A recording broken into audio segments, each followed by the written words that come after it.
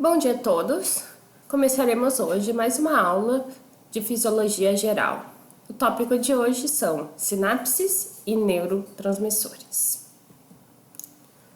Antes de começarmos a aula, vamos olhar novamente para o neurônio, certo? Como nós vimos na aula passada, gente, o neurônio ele é composto então do seu corpo celular, com os seus dendritos, o axônio e o terminal axonal. Tá?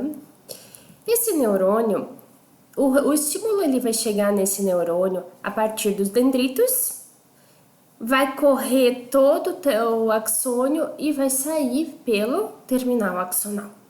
Então, o potencial de ação ele vai ser gerado a partir desta regiãozinha aqui do meu neurônio e vai percorrer neste sentido aqui até o terminal axonal.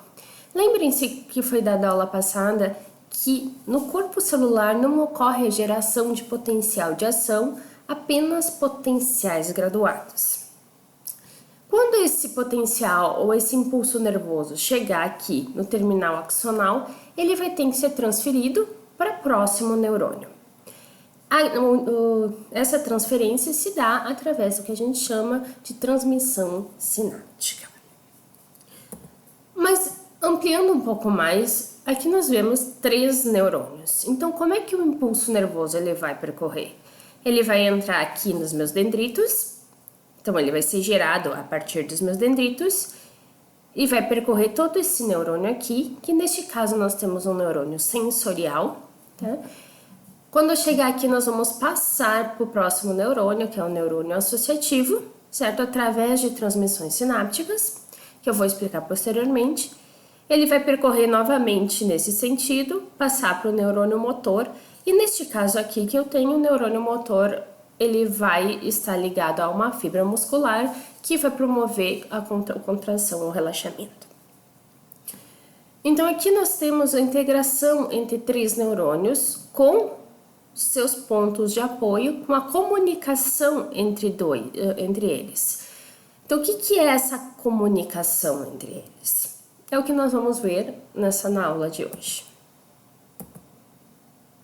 Ampliando um pouco mais só o que eu já vinha falando, então o que nós temos aqui novamente? Um neurônio 2. Agora eu vou começar a chamar esse neurônio aqui de neurônio pré-sináptico e esse aqui de neurônio pós-sináptico. O estímulo vai ser dado aqui nos dendritos, por exemplo, um estímulo tátil, eu encostei em alguma coisa, estou sentindo aquilo. Então, a alteração mecânica leva ao estímulo de uma parte do neurônio sensorial, que não é o caso deste, isso aqui não é um neurônio sensorial, tá? Que vai transmitir para um segundo neurônio, que vai transmitir para um terceiro, por exemplo, esse aqui é o terceiro neurônio, que vai receber o estímulo, ele vai entrar aqui, vai passar aqui, chegar até o terminal axonal.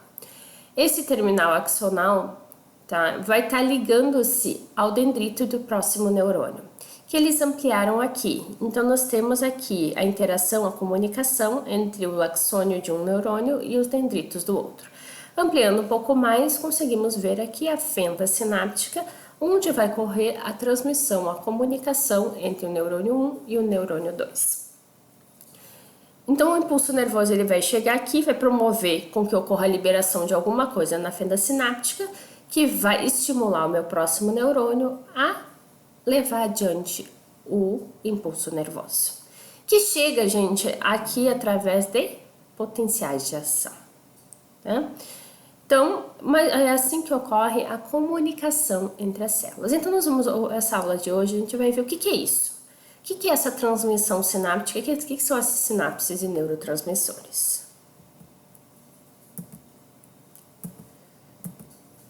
Então, o que dá às células nervosas sua habilidade especial para se comunicar de maneira tão rápida e com tamanha precisão é o que a gente chama de transmissão sináptica. Então, gente, a transmissão sináptica nada mais é a ligação entre um neurônio e outro, naquela regiãozinha bem pequena que eu mostrei anteriormente. Então, nós temos o terminal axonal, uma parte do terminal axonal de um neurônio, o dendrito de outro, e eles estão se comunicando entre eles.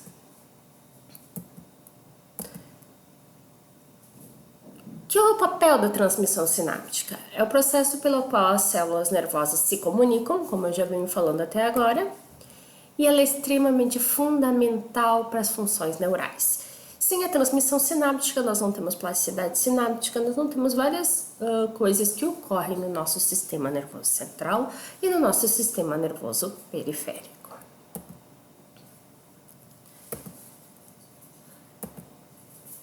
Então, o que eu tenho que ampliar para vocês? O que eu tenho que mostrar para vocês? O que é uma sinapse nervosa?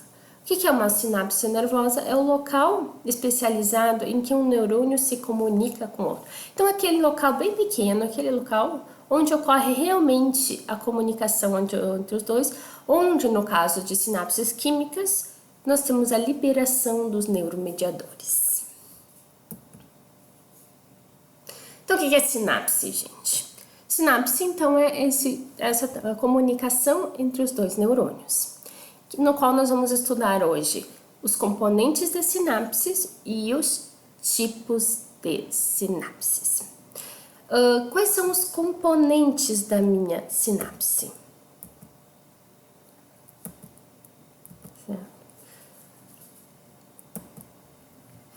Então, como eu já venho falando até agora, a nossa sinapse, gente, ela é composta de um neurônio pré-sináptico, de um neurônio pós-sináptico e entre eles, no caso das sinapses químicas, nós vamos ter uma fenda, que é a fenda sináptica, certo?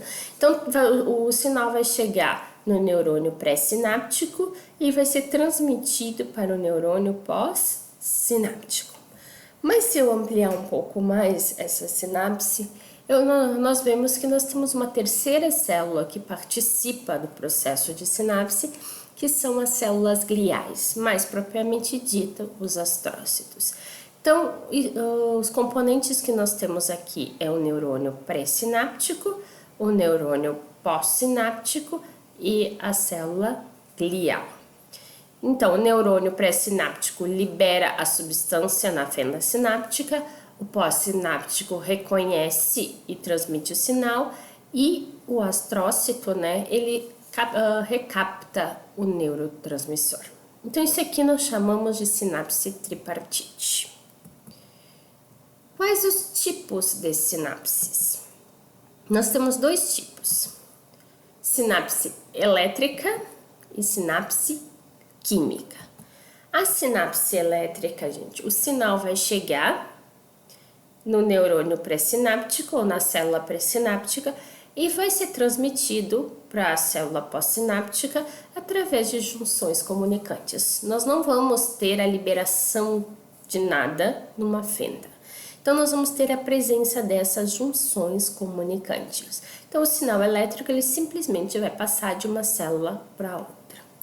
Já a sinapse química, nós vamos ter um sinal elétrico chegando no neurônio pré-sináptico, a liberação de alguma coisa na fenda sináptica, que neste caso aqui são neurotransmissores, transformando então esse sinal elétrico num sinal químico, e posteriormente o estímulo dos receptores no neurônio pós-sináptico, que vai novamente gerar um sinal elétrico. Então, nós temos um sinal elétrico sendo transformado num sinal químico e posteriormente novamente num sinal elétrico.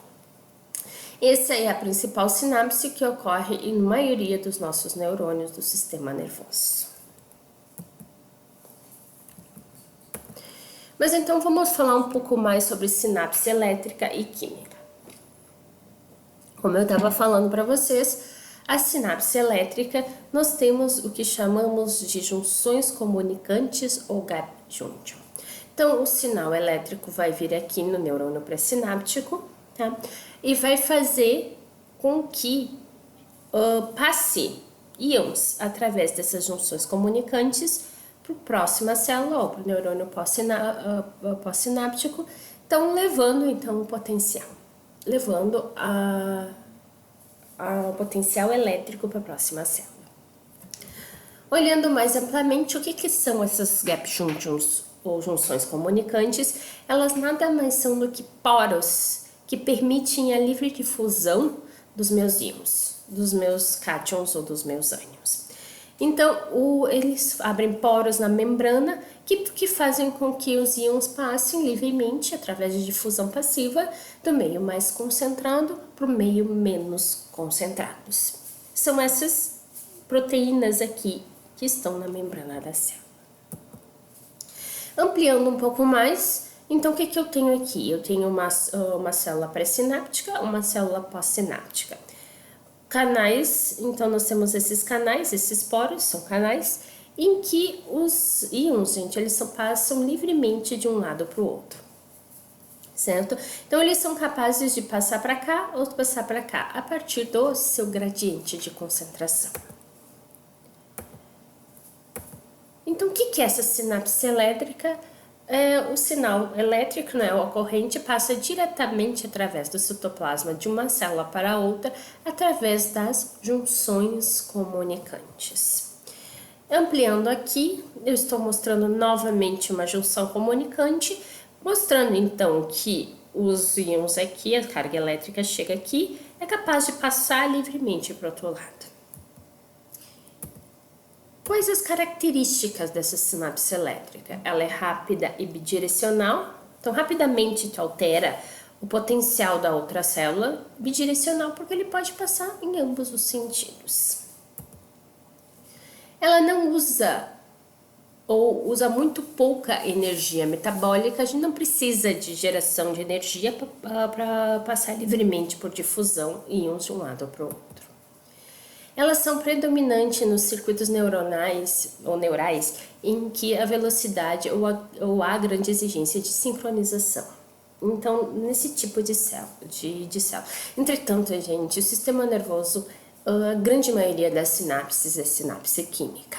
Em poucos lugares nós temos realmente a sinapse elétrica. Acredita-se que ela esteja mais predominante no período embrionário. E ela está presente no músculo liso visceral. E qual é a outra tipo de sinapse que nós temos? É a sinapse química. Essa sim é a predominante do sistema nervoso. A sinapse química é aquela que é a mais conhecida, certo? E é aquela que nós vamos a partir de agora falar. A sinapse química ocorre então entre um neurônio pré-sináptico e um neurônio pós-sinápticos, nessa parte aqui onde nós temos a transmissão sináptica. Nós temos então aqui meu neurônio pré-sináptico, meu neurônio pós-sinápticos, e o que a gente tem aqui no meio? Uma fenda sináptica. Essa fenda nada mais é que um buraco, onde não tem contato direto entre o neurônio pré-sináptico e o neurônio pós-sináptico. Então, não existe um contato físico, certo? E nessa fenda sináptica ocorre a liberação que é do principal componente, então, dessa minha sinapse química, que é a liberação dos neuromediadores. Como eu vou explicar posteriormente, os neurotransmissores são um tipo de neuromediador.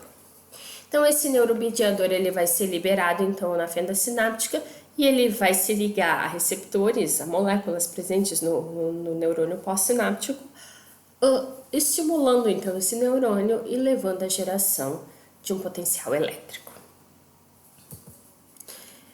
Ela é predominante no sistema nervoso. Por que então essas sinapses são predominantes no sistema nervoso?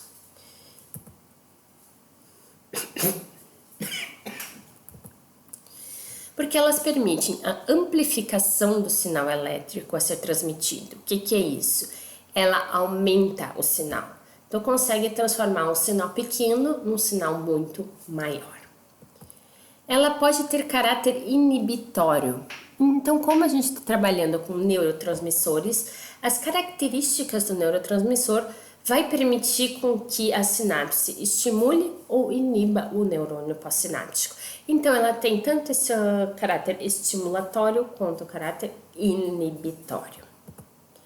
Elas podem ser transmitidas ou podem transmitir as informações em um domínio temporal extenso. que quer dizer isso? Ao mesmo tempo, eu consigo estimular mais de um neurônio. Então, o meu sinal chegou aqui, tá? No terminal axonal, e só que estimulou vários neurônios, porque o terminal axonal ele tem várias ramificações e cada uma delas pode estar se ligando a um neurônio diferente. Então, eu consegui com um sinal amplificar o sinal e agir em várias áreas diferentes ao mesmo tempo. E por último, ela é são substratos, né, fundamentais do fenômeno de plasticidade. Plasticidade é a capacidade que o nosso cérebro tem de se adaptar, de se modificar. Então, isso nos leva a um outro conceito, que é o conceito de transmissão sináptica. Então, o que está ocorrendo ali é a transmissão sináptica. Então, nós vamos ter o nosso neurônio pré-sináptico liberando o neurotransmissor na fenda sináptica, estimulando o neurônio pós-sináptico. Então, a comunicação entre as duas células. Isso nós vamos dar o nome de transmissão sináptica. Essa transmissão sináptica, gente, ela tem várias fases. Então, como é que ocorre a transmissão sináptica? Inicialmente, nós vamos ter a parte de síntese, transporte e armazenamento dos neuromediadores. Então, a primeira coisa que eu tenho que fazer é sintetizar o meu neuromediador e levar ele lá para o terminal axonal para ser liberado. A síntese dos neurotransmissores, gente, ocorre no nosso corpo celular do neurônio. Então, no corpo celular, nós vamos ter a síntese dos neurotransmissores e de proteínas e outras coisas também, que vão ser carregadas através do nosso axônio até o terminal axonal. O armazenamento vai se dar em vesículas sinápticas. Então, os neurotransmissores estão dentro dessas vesículas sinápticas. Então, aqui, nós vamos ter a síntese do neurotransmissor no corpo celular, e o transporte desse neurotransmissor através de trilhos que a gente chama de microtúbulos. Então, nós vamos ter proteínas específicas chamadas quinesinas. Essas quinesinas, então, vão transportar a vesícula, né, do neurotransmissor, ou neurotransmissor, até o terminal axonal, andando então por cima dos microtúbulos. E junto com essas proteínas, com nossos neurotransmissores, não necessariamente as proteínas, nós vamos ter mitocôndrias, porque posteriormente vocês vão ver que é extremamente necessária energia nesse tipo de sinapse, que é a sinapse química, né? Essas mitocôndrias, gente, não vão ser liberadas, elas podem voltar ao corpo celular por um transporte que a gente chama de retrógrado, através de uma proteína chamada dineína. Então, como é que se dá esse transporte? É um transporte das vesículas do corpo celular até o terminal axonal por uma proteína denominada quinesina, chamada de transporte anterógrado. Posteriormente, nós podemos ter coisas que voltem para o corpo celular através de um transporte retrógrado. Então, agora, onde é que tá as minhas vesículas sinápticas contendo meus neuromediadores? Estão lá no terminal axonal. A próxima etapa, então, é a deflagração e controle da liberação do neuromediador na fenda sináptica.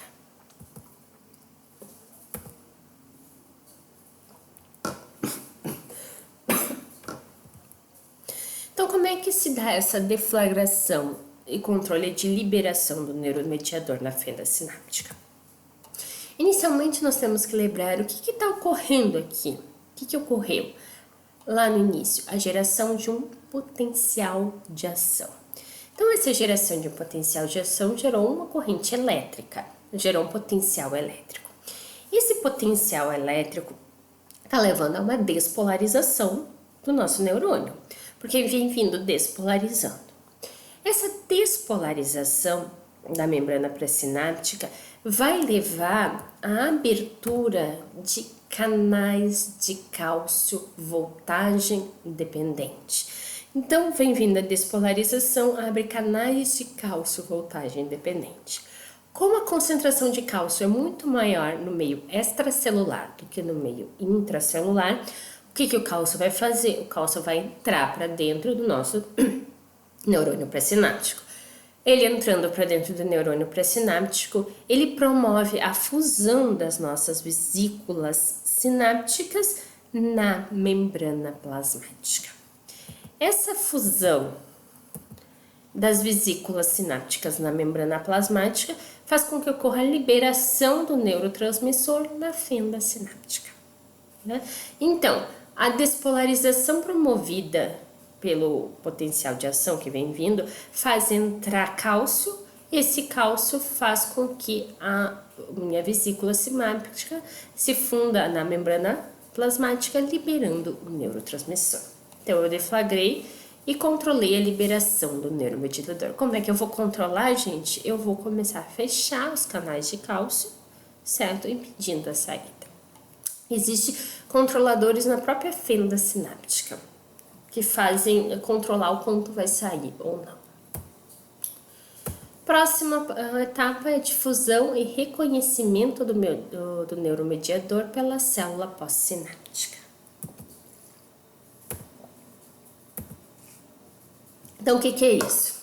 Agora o meu neuromediador está na fenda sináptica. Então, agora ele vai se difundir livremente na minha fenda sináptica até ele encontrar no neurônio pós-sináptico a sua proteína de interesse, o seu receptor.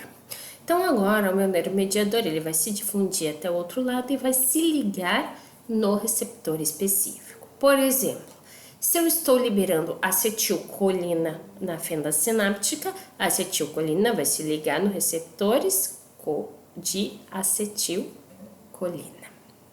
certo? Promovendo então a abertura desse receptor. Então, olhando aqui mais ampliado, então nós vamos ter a fenda sináptica, né? A liberação do neurotransmissor e esse neurotransmissor se ligando ao receptor específico dele, promovendo então uma resposta da célula. Essa resposta da célula vai depender de qual neurotransmissor se ligou aqui, certo? Então vai depender realmente da característica de cada um desses neurotransmissores. A resposta que eu vou ter aqui embaixo da célula. Se eu tiver um neurônio excitatório e aqui for liberado um neurotransmissor excitatório, por exemplo, o glutamato, que é o principal neurotransmissor excitatório do sistema nervoso central, nós vamos ter abertura então de um canal aqui e uma resposta que é eu desencadear um potencial excitatório pós-sináptico. Se eu tiver um neurotransmissor inibitório, o que a resposta vai ser? Um potencial pós-sináptico inibitório. E a última parte é a deflagração do potencial pós-sináptico. O que é isso? Então, o meu potencial de ação vem vindo, fazendo despolarizar a célula. A despolarização da célula levou à entrada de cálcio. A entrada de cálcio faz com que ocorra aqui a liberação do neurotransmissor na fenda sináptica, certo? Essa liberação do neurotransmissor na fenda sináptica pode levar à entrada de algum íon do neurônio pós-sináptico. Então, assim, ó, nós temos aqui a liberação do neurotransmissor na fenda sináptica. Esse neurotransmissor, neste caso aqui, é o glutamato. O glutamato ele é o principal neurotransmissor excitatório do sistema nervoso central e ele leva à abertura de canais de receptores que a gente chama de AMPA e NMDA. Esses receptores AMPA e NMDA são canais de cátions que, quando abertos, eles permitem a passagem de cátions, de sódio e cálcio. Então, o receptor glutamato ele se liga então nesse receptor. No momento em que o glutamato se liga, o receptor se abre, permitindo então a livre passagem de sódio e cálcio. Vamos para o sódio. O AMPA abrindo, entra sódio, certo?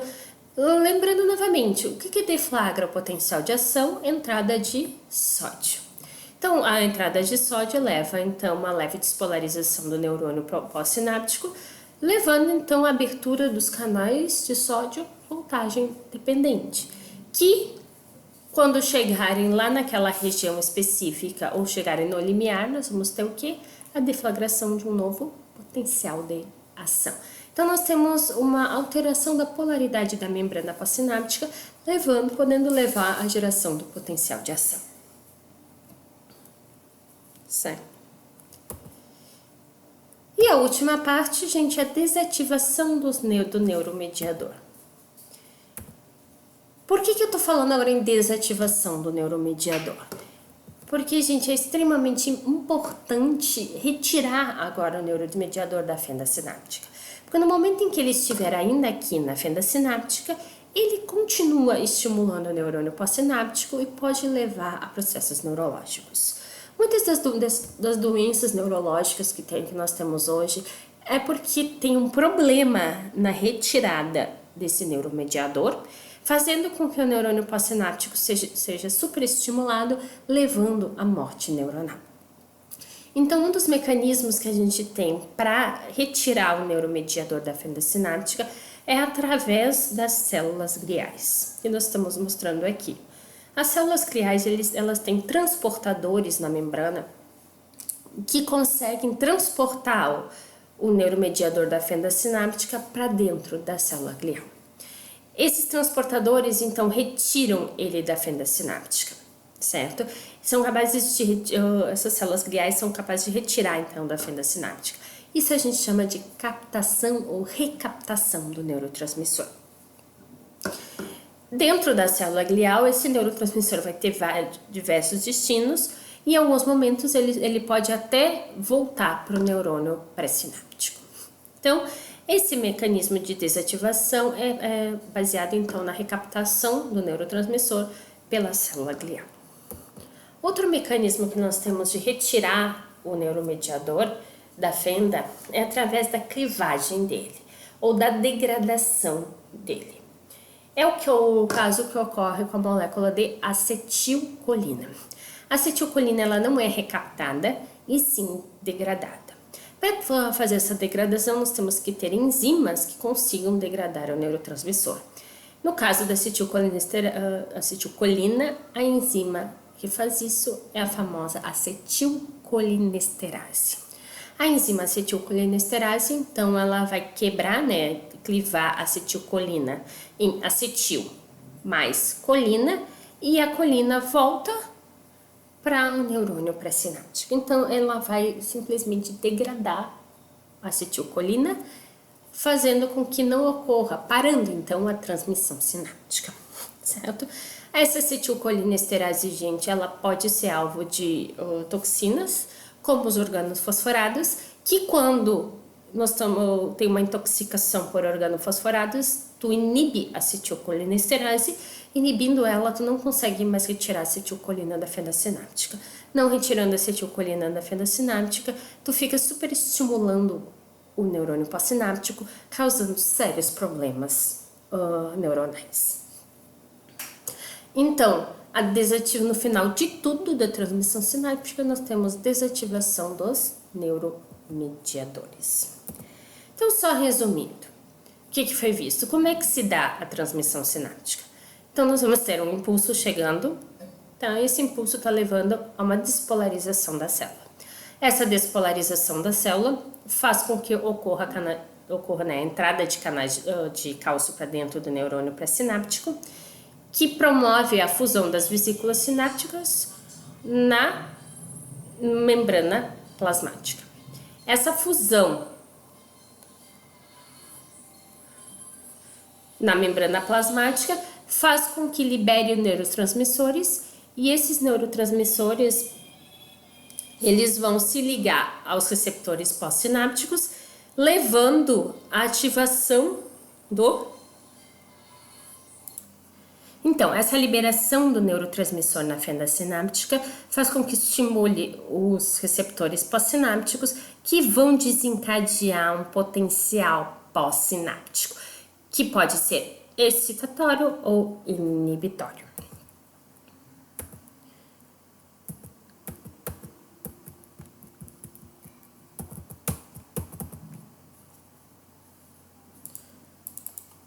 certo? Então, o próximo ponto da nossa transmissão sináptica é entender quem são os neuromediadores. Gente, os neuromediadores, eles são divididos em neurotransmissores, neuromoduladores ou neurohormônios. Tá? Neurotransmissores são moléculas, então, de baixo peso molecular e de ação rápida. Neuromoduladores são moléculas de alto peso molecular ou moléculas muito pequenas, de ação lenta. E neurohormônios são secretados no sangue e distribuídos pelo corpo, são hormônios. Aqui nós temos alguns exemplos de transmissores, no qual eu posso citar. Acetilcolina é um neurotransmissor. Aminas biogênicas, dopamina, noradrenalina, adrenalina, serotonina. Então, nós temos vários neurotransmissores sendo liberados no nosso sistema nervoso, cada um deles desencadeando uma ação. E eles são liberados, gente, por diferentes neurônios. O neurônio, ele libera um tipo de neurotransmissor. Ele é chamado, por exemplo, neurônio glutamatérgico, é aquele que libera glutamato. Colinérgico, aquele que libera acetilcolina. E assim sucessivamente.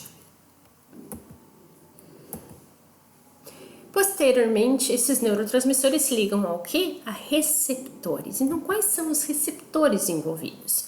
Nós temos os receptores ionotrópicos, que são canais iônicos, e os receptores metabotrópicos, que são receptores acoplados à proteína G. A uma proteína, eles não são canais, eles estão acoplados a uma proteína que a gente chama de proteína G, que é essas três juntas aqui, alfa, beta e gama.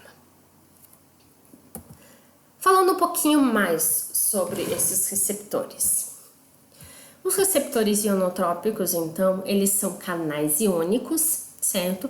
Que quando a molécula sinalizadora se liga nesse canal, nesse receptor, né, ela vai abrir o canal, permitindo a difusão, permitindo a passagem dos íons do meio mais concentrado para o meio menos concentrado. Então, eles são canais dependentes de ligantes. Eles têm a sua ativação diretamente através da molécula sinalizadora, entendeu? Então, ele abre o canal quando a molécula sinalizadora, no caso aqui, vamos supor, o glutamato, se liga aqui, certo? Eles são dependentes, então, de ligantes. Eles podem ser tanto aniônicos quanto catiônicos. Se eles forem aniônicos, eles vão desencadear um potencial pós-sináptico inibitório. Se eles forem catiônicos, um potencial pós-sinápticos excitatórios. Eles são de ação rápida e local. E eles estão envolvidos normalmente com o início, então, da transmissão sináptica, com o início, assim, da abertura do neurônio pós-sináptico. Quando chega no neurônio pós-sináptico, normalmente ocorre a ligação e abertura desses canais iônicos, desses receptores ionotrópicos. O próximo que nós temos, gente, é o famoso receptor metabotrópico. O receptor metabotrópico, ele está acoplado a uma proteína G, que é essa proteína aqui, certo? A ativação desse receptor metabotrópico vai levar à geração de uma molécula que a gente chama de segundo mensageiro. Então, o ligante vai se ligar aqui, estimular, então, a quebra dessa proteína G, que vai levar à geração, então, da nossa molécula chamada segundo mensageiro. Existem vários segundos mensageiros, certo? Em que um importantíssimo é o AMP cíclico. Tá? Esses receptores metabotrópicos são de ação lenta e vão regular a transmissão sináptica. Além disso, certo? Eles também têm a capacidade de regular a abertura de canais. Então, a estimulação de um receptor metabotrópico, ele leva à abertura de outros canais, porque eles regulam essa abertura de canais. Exemplo? Além disso, eles também levam à ativação de enzimas importantes. Então, toda essa cascata de sinalização do receptor metabotrópico vai levar à ativação ou inibição de quinases e fosfatases, que são enzimas importantíssimas na nossa transmissão sináptica ou na nossa sinalização celular. E por último, eles também estão relacionados com a transcrição gênica.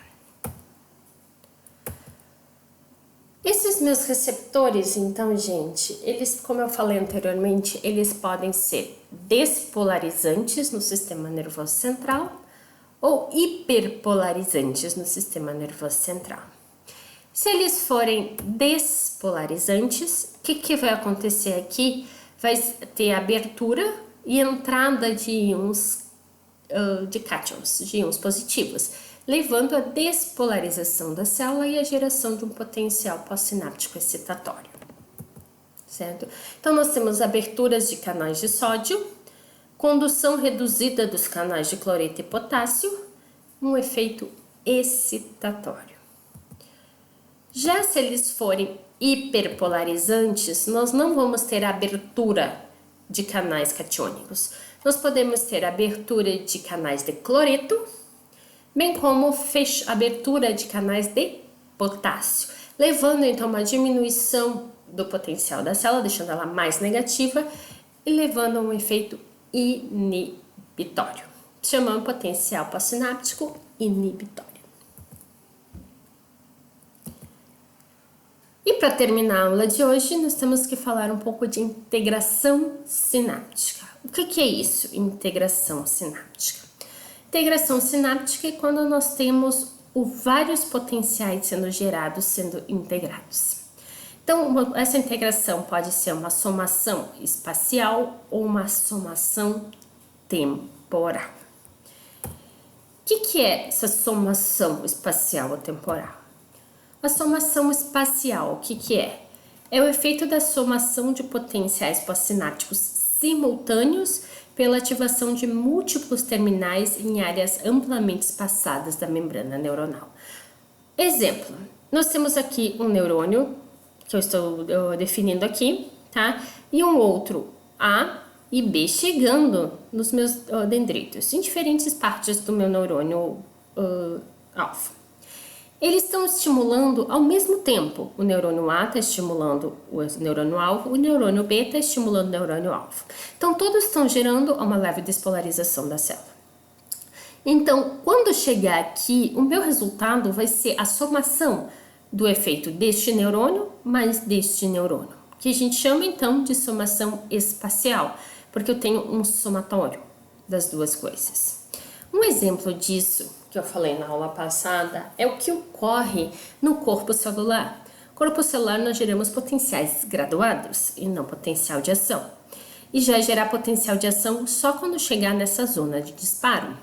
O que nós temos aqui na zona de disparo? Uma somação espacial, porque nós temos no nosso corpo celular, nós vamos ter várias transmissões sinápticas ou vários neurônios agindo, várias terminais axonais aqui agindo, gerando então, despolarizando essa célula, essa partezinha, essa partezinha, essa partezinha, levando então à geração de potenciais graduados, que quando eles chegarem aqui, eles vão se somar. Então, eu vou ter o potencial 1 mais o 2 mais o 3 somado, gerando então um potencial maior.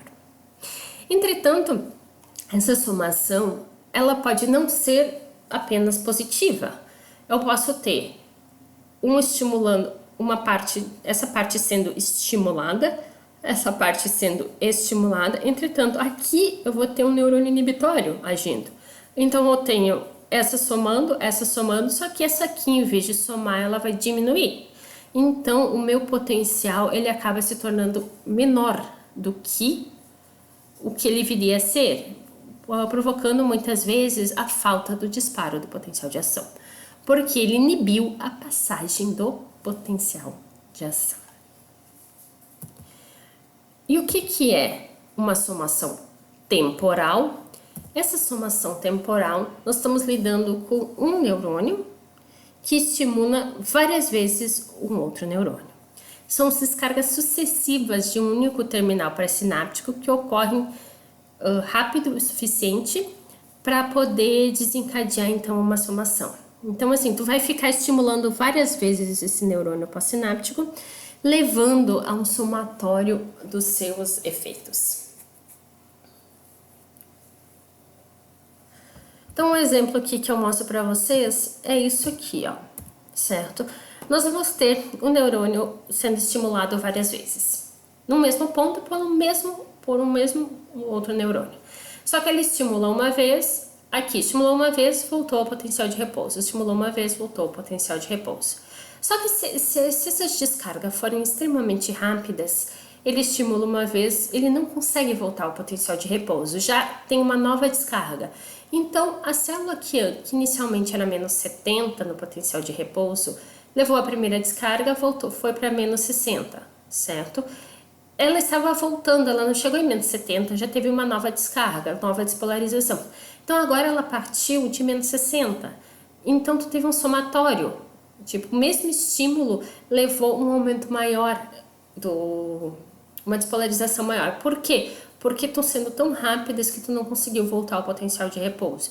Isso aqui se chama somação temporal. Então, tu tem vários estímulos simultâneos que conseguiu chegar no limiar e disparar o potencial de ação.